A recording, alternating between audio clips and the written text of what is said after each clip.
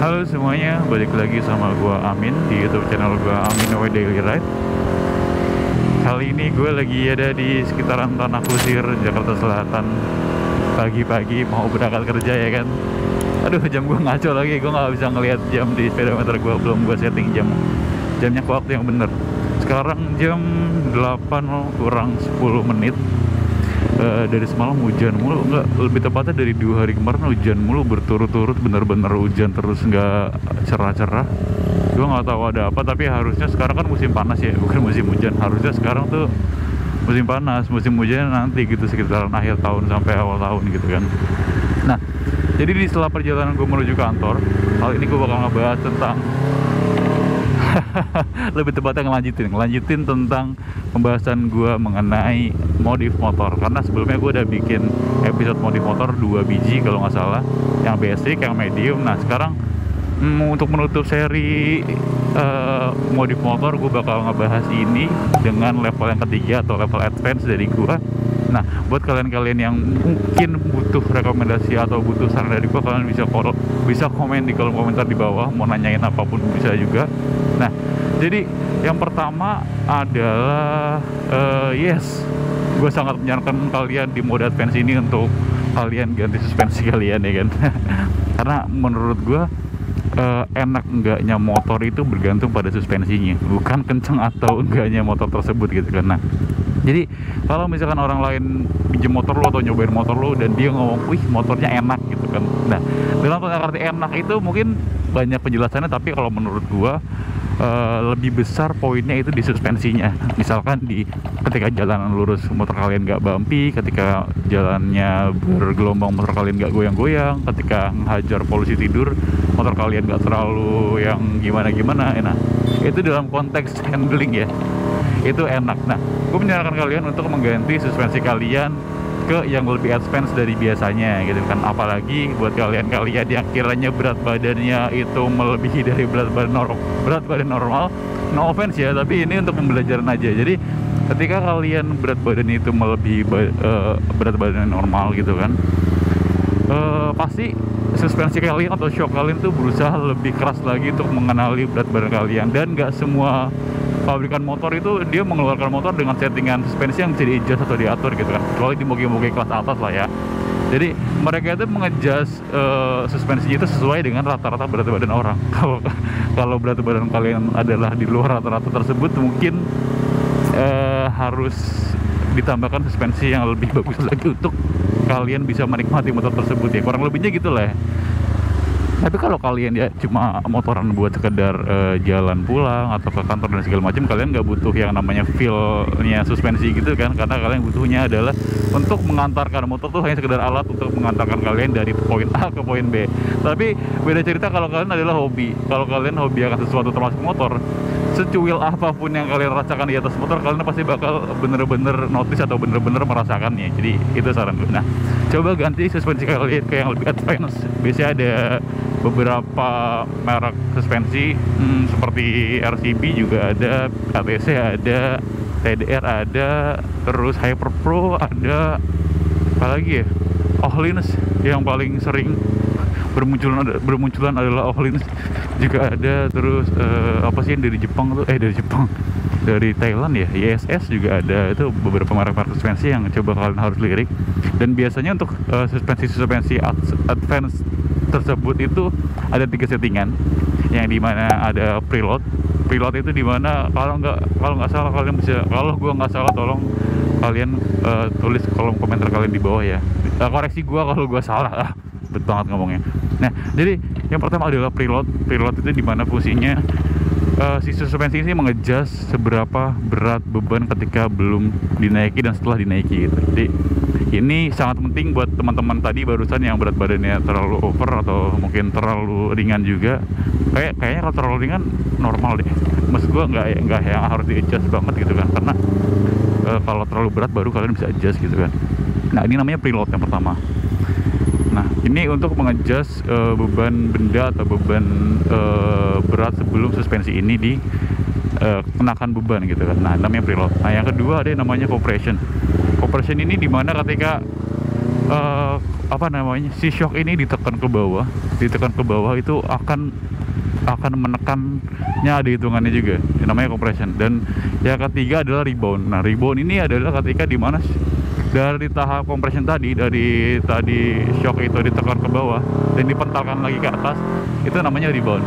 Jadi kalian bisa setel soft atau hardnya komponen-komponen tersebut gitu kan, atau kalian pengen reboundnya lebih cepat atau lebih pelan, reboundnya lebih empuk atau lebih kasar, kalian bisa atur semau kalian gitu kan. Jadi ketika kalian udah nemuin settingan yang pas, jamin deh motor kalian trek aman aja nih ya, di jalan raya kah, atau di jalan-jalan yang agak berbatuan kah, di jalan yang mulus lancar dan segala macam, pasti bakal enak banget gitu kan. Kalau catatannya adalah kalau settingannya itu sesuai dan pas gitu kan. Nah, itu dia. Nah, itu untuk segi handlingnya. Nah, yang kedua untuk segi mesinnya. Di sini gue mencoba memberikan opini bahwa bore up atau porting polish adalah pilihan yang lumayan tepat kalau kalian pengen motor kalian ngebut mati-matian ya kan. Coba untuk, mungkin kalau kalian yang masih takut buat bore up dan segala macam, coba kalian porting polish dulu.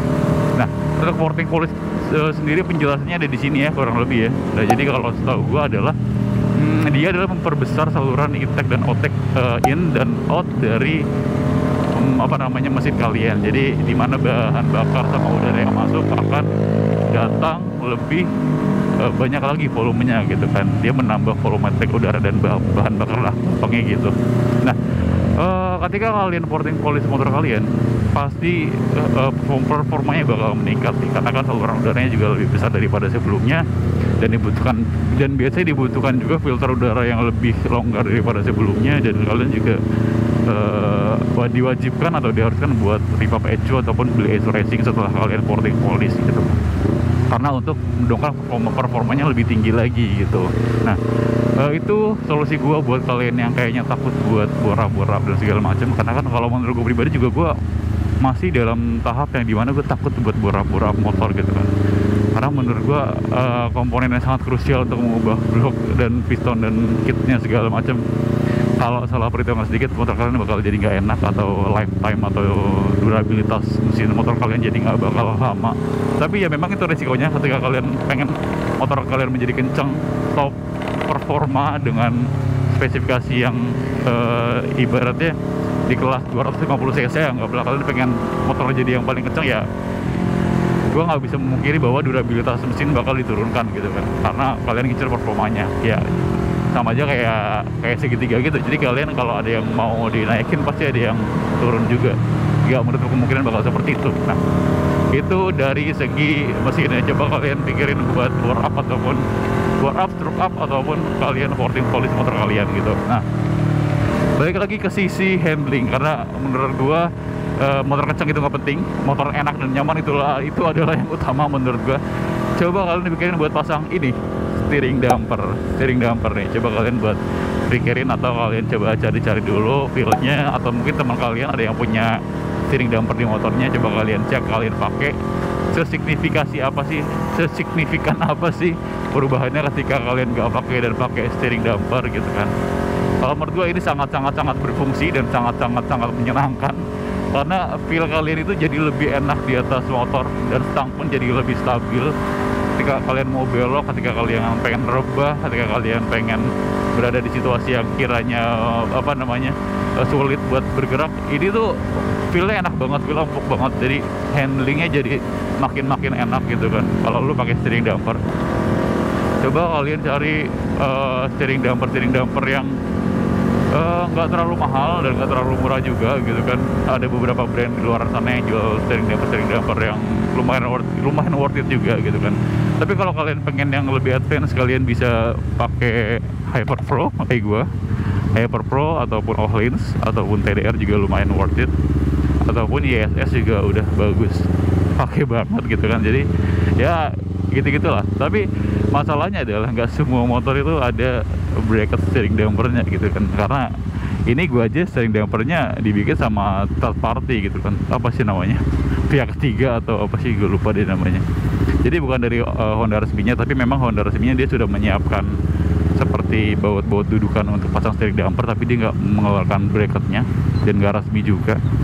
Jadi kalian harus cari vendor-vendor, cari pihak ketiga third party yang mau nyediain steering damper buat motor kalian. Kalau gue ini dari WR3, Kabun juga ngeluarin dan segala macamnya juga. Bipro juga ngeluarin bracket steering damper.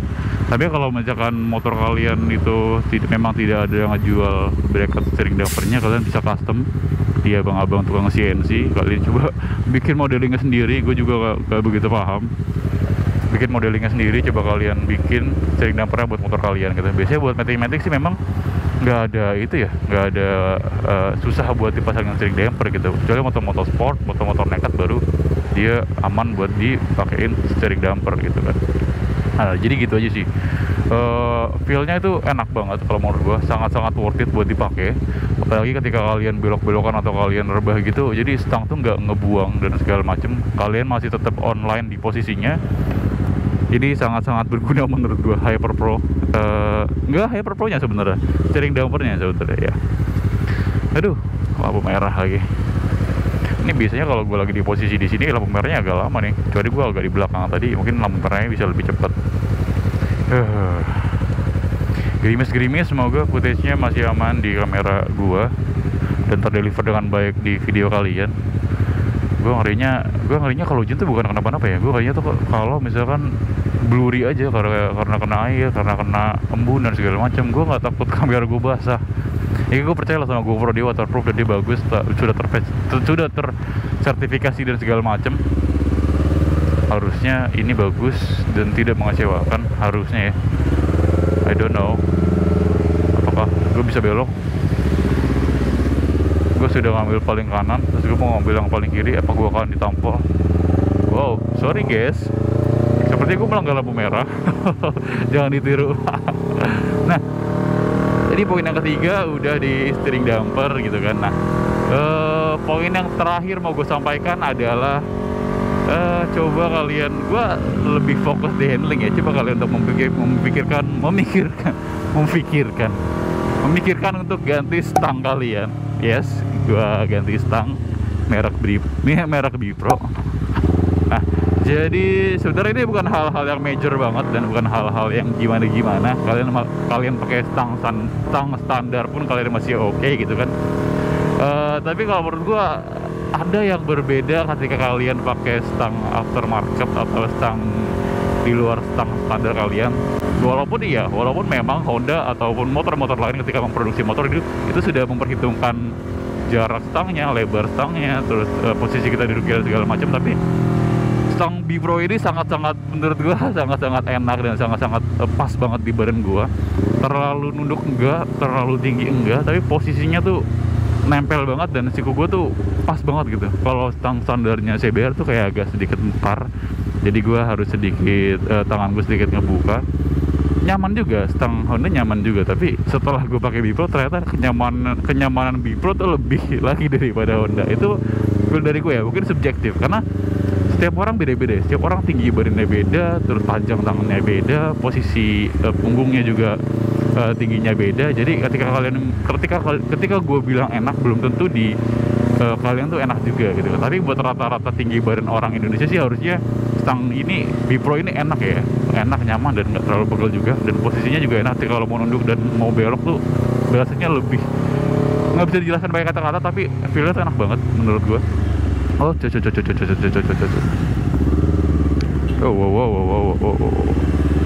Nah, itu dari gua tadi mengenai apa namanya tuh stang udah. Nah, tadi gue udah bilang poin yang terakhir ya. Sebenarnya masih ada poin lagi ya, tambahan dari gua. Nah, buat kalian yang mungkin dari tadi gue ngebahasnya lebih banyak ke motor-motor sport atau motor-motor yang gigi gitu ya. Nah, buat motor-motor matic, gue sebenarnya nggak terlalu tahu banyak, tapi coba kalian perhitungkan buat pakai kirian. Yes, mungkin menjadi hal yang nggak gimana buat kalian, dan kalian sering dengar juga dari abang-abang mekanik, coba nih ganti kirian, ganti roller, ganti baba dan segala macam. Tapi menurut gue itu pilihan yang tepat, dan mungkin kalau gue salah tolong dikoreksi, mungkin konsepnya sama seperti rantai di motor gigi, kirian itu sama ya kurang lebih. Jadi ketika kalian atur rasio gearnya, terus seringan bobotnya dan segala macam, kalian bakal bisa memberikan potensi motor kalian lebih kencang lagi daripada sebelumnya gitu kan. Nah, sama pun dengan motor gigi. Kalau motor gigi setahu gue buat kalian bisa dapat performa yang lebih baik dan akselerasi yang lebih baik adalah dengan cara pertama menurunkan ukuran gear kalian, menurunkan ukuran iya betul, gear kalian di yang di bawahnya atau yang lebih kecilnya gitu kan. Maksud gua ukuran kecil itu bukan ukuran kecil dari gigi gearnya, tapi dari segi tipisnya atau dari segi apa sih namanya ya, kalau kalian tahu ukuran rantai itu kan ada 415, 428, 450 dan segala macam. Nah maksud gue turunin satu step, misalkan rantai kalian 428 kalian turun jadi 415 gitu loh, paham kan ya? Gue jelasin agak susah banget deh kayaknya. Jadi ketika kalian menurunkan ukuran rantai kalian, ukuran gear kalian ke yang lebih ringan, pasti tarikan kalian akan lebih responsif dan akan lebih, akselerasinya akan lebih cepat. Percaya sama gue, karena gue juga udah pernah nyobain sendiri di gesek gue. Karena CBR gue sekarang masih standar ya kan, gearnya maksudnya ukuran gear dan segala macam. Jadi ketika gue waktu itu gue pakai, agak serem ya. Waktu itu gue pakai kan kalau nggak salah gesek kan dia di 428 ya, gue turunin jadi 415 dan itu sangat berasa. Apa sih bang? Aduh, Kiri. itu kanan bang. Kalau kiri di sini samping gua sebelah kiri, lu nunjuk ke kanan. Suwe buat jadi emosi kan. Nah jadi lagi macet banget ya. Waduh. Nah jadi coba kalian mungkin buat di CVT juga sama, mungkin kalian harus coba cek dulu gitu kan, rollernya beratnya berapa. Gua nggak begitu paham, ataupun fan beltnya atau apanya, atau apa tuh kan kayak ada semacam pernya mungkin diganti dengan RPM yang lebih tinggi. Gua kurang paham juga. Coba kalian coba search mengenai itu, dan kalau kalian bisa nemuin settingan yang pas, kalian berhasil menjadikan motor kalian lebih kencang daripada sebelumnya. Oke. Nah mungkin segitu aja video dari gue, karena sudah mulai macet-macetan dan gue udah mulai ngobrol di dalam helm. Terima kasih telah menonton video gue sampai habis. Sampai berjumpa di video-video gue selanjutnya. Terima kasih, thank you and goodbye.